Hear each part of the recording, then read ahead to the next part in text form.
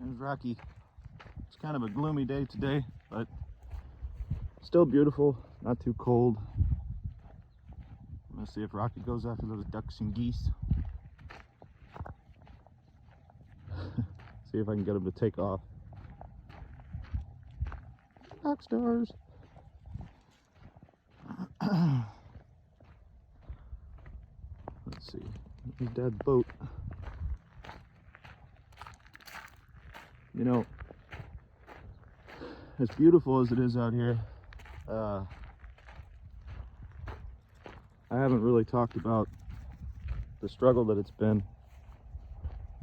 I didn't want to get into all that, yet.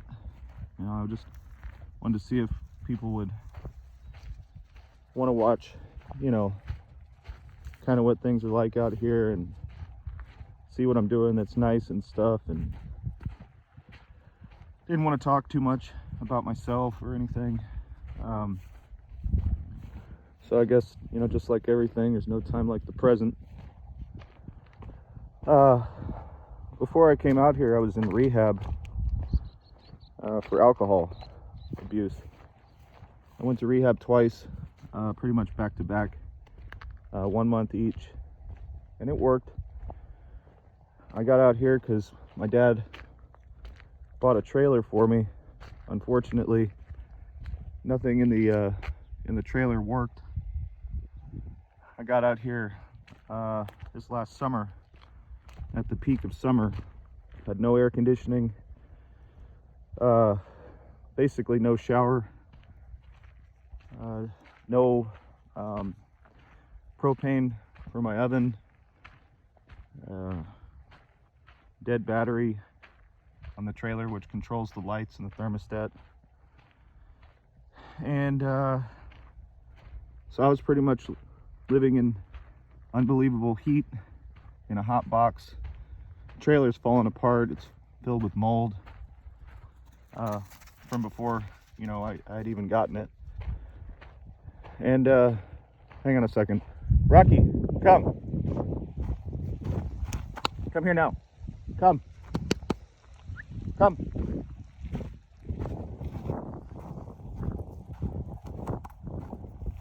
here. Come now. Good boy. There's some kids out and I don't want him chasing them or anything. Come on. He likes to run up on people. Anyway, and they get scared because he looks big and mean, but he's really just a sweetheart. He doesn't attack anybody, but he does jump. Being 75 pounds, he could easily knock a person over if they're not very strong. Come on, man. Follow me. So anyway, basically I got here, nothing worked. I had no vehicle. I had gotten a job while I was in rehab, working for Pizza Hut. When I got out of rehab, I made a transfer to Burnet, which is about 20 minutes from where I live. And first day of work, when I got out here, my dad took me on the back of his BMW motorcycle, which is fast and has no back seat like for your back. So I was holding on to a small bar on the back of the motorcycle, and every time that he hit a gear, I damn near fell off the thing. And that first day of work, I went to my manager and I said, hey, I'm not riding on the back of this motorcycle every day to get to and from work. Is there anybody here that lives nearby me that can give me rides? Rock, come on now. And well, there was a woman there that was a manager, and her husband and her live in Kingsland, and they have to drive basically right by where I live in order to get to work. So I started taking rides with them. And even though it didn't cost them anything, they were asking for gas money every couple of days. $10 here, $15 there. My dad was demanding money. I had paid the lot rent when I first got here, which is $450. I gave him $200. Pretty much was tapped out. Had to wait two weeks to get paid, working $12 an hour. And I wasn't drinking or anything, And anyway, I worked there for about a month, but the heat, I was scared of leaving Rocky locked up in the trailer with no air conditioning by himself. My dad gave me a little space air conditioner. It's a little portable unit, and it could not contend with the heat. The other thing was, because it was having to run all the time, it would pop the breaker every 15 to 30 minutes. So if I left, I would have been leaving Rocky in the heat. I asked my dad to take care of him during the day and keep him tied up outside so he could be outside with bowl of water and food. And my dad didn't like that, didn't want to do it, said that I have to leave. This isn't working. Kept threatening me, telling me that he was going to evict me and that he needed money and all kinds of nonsense. You know, I'm just trying to get settled and get things fixed, get on my feet. So anyway, the cooking situation when it came to food, when I was working at Pizza Hut, that's what I lived on was you know, pizza. That's pretty much entirely what my diet was. Pizza and chicken. And which isn't bad, by the way. Pizza Hut makes excellent pizza. And anyway, come on, Rock. So after that, doing that for about a month, I lost the job because the guy that was giving me rides, they were taking my cash that I gave them for gas money, and they were spending it on extra stuff. New phone, new vape, getting the nails done, the daughter and his wife. And when he went to ask his dad, who owned his truck, for gas money, his dad said, well, what are you spending the money on? Well, who do you think he pinned it on? Who do you think he blamed? Me. He said, oh, I'm having to give this guy rides to work. So what his dad said was, okay, you can't give him rides anymore, or I'm going to take the truck. So I get a call one day. Sorry, dude, can't give you rides anymore. My dad said so. And I fought for about a week, asking managers and other people if they could give me rides. Inevitably, that fizzled out.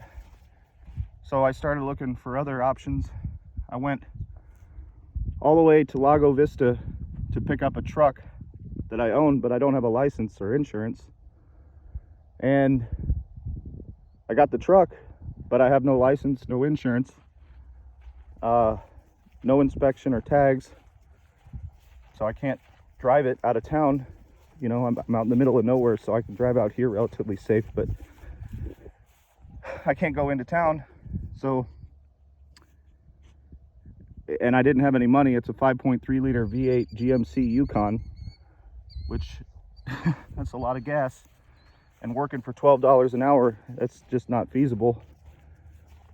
And so I've been getting help from the church that church people that I knew in Cedar Park for a while. They've been helping me putt along. But I mean, the whole thing really, you know, despite my videos with the food and Rocky and, you know, the scenery, this has been no picnic. It's been really difficult. I've had days where I wanted to completely give up, you know, and I tried repairing my relationship with my dad the entire time. I've been, you know, very tolerant, very quiet, give him his distance, you know, try to help him if I can. And, you know, one little screw up and then we're back to square one. So I'm walking on eggshells. And during the whole summer period after I lost the job, I relapsed on drinking. I didn't drink a lot, not like I used to. I used to drink like a handle of vodka every 1 or 2 days. And that's why I went to rehab, because I was physically addicted to a point that was dangerous, you know. So, but I did go back to drinking a little bit, but it takes 15 months for your body to reach homeostasis after being physically addicted.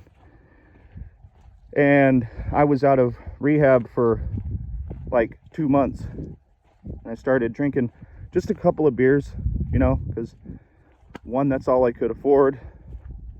And two, I didn't want to drink, but it was pretty much the only thing that made it tolerable, because I was losing hope, you know. All the things that I had worked for and worked towards, everything that I tried to build up to get here with my dad and live happily ever after, just started unraveling. And so I started drinking again, up and down, back and forth, but only like I said, like 2 beers a day, but they are like 4 Locos, which are high alcohol. So I went through withdrawals here and there, and I've been struggling with it. You know, I'm not drinking right now. I haven't been drinking lately. Nothing but spots here and there.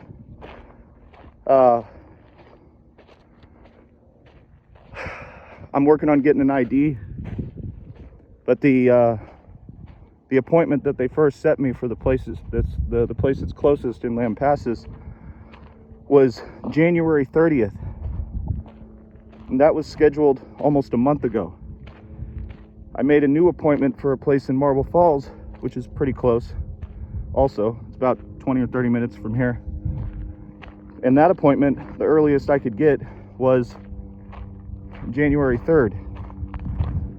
So I chose that, applied for a job at a gas station up the road, and I passed the background check with my social security card and my birth certificate, which I also had to get when I got out here, because after I got out of rehab, I lived with a crazy woman who tried to steal Rocky from me twice.